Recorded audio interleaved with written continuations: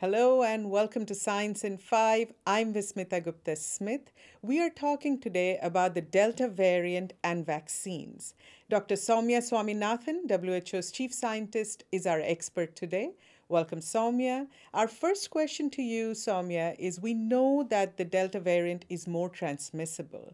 Please explain to us what kind of protection we get from the current batch of approved vaccines. So, we are talking here about the Delta variant, which is the fourth variant of concern described by WHO, because it is both more transmissible than the previous variants and also has been able to resist the antibodies that we have in our blood. So, what that means is that you need a higher level of antibodies to overcome this variant as compared to, let us say, the alpha variant.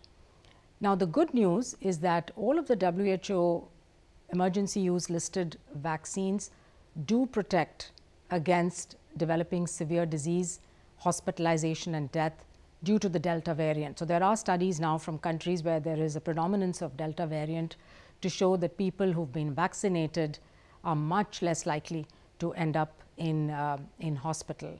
And you need the full course of vaccination in order to give you that full immunity to protect you against the Delta variant. So, the important thing is, if you have access to a vaccine that is approved by WHO, please do take it and take the full course so that you can be protected both against the Delta and other variants of COVID.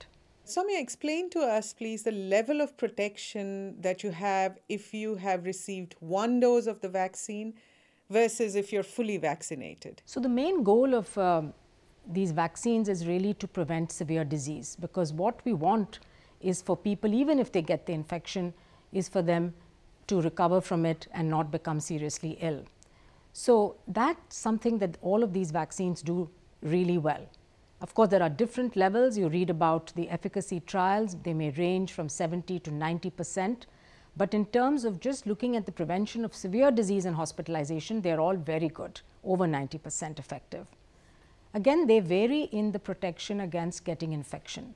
Ideally, you'd like a vaccine which completely prevents you from getting infected, therefore you can't get ill. But none of the vaccines that we have currently are 100% protective. So, this is why even if you're vaccinated, you can get the infection, but the chances are you'll get a very mild symptoms or no symptoms at all, and that your chances of getting seriously ill are really, really low. So, Soumya, if we can still get infected and also infect others even after we are fully vaccinated, then why get vaccinated? There are two very good reasons to get vaccinated.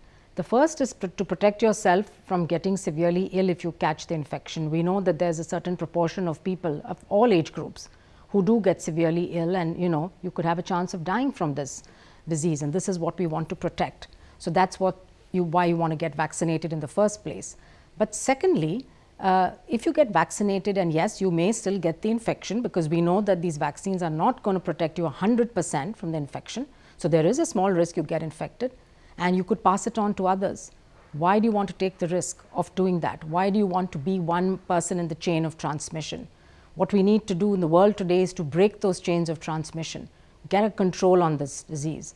So, that's why we say get vaccinated as soon as you can get access to your vaccine when your turn comes, and continue to take all the precautions so that you are completely protecting yourself as well as protecting others around you. Thank you, Soumya. That was Science in 5 today. Until next time then, stay safe, stay healthy, and stick with science.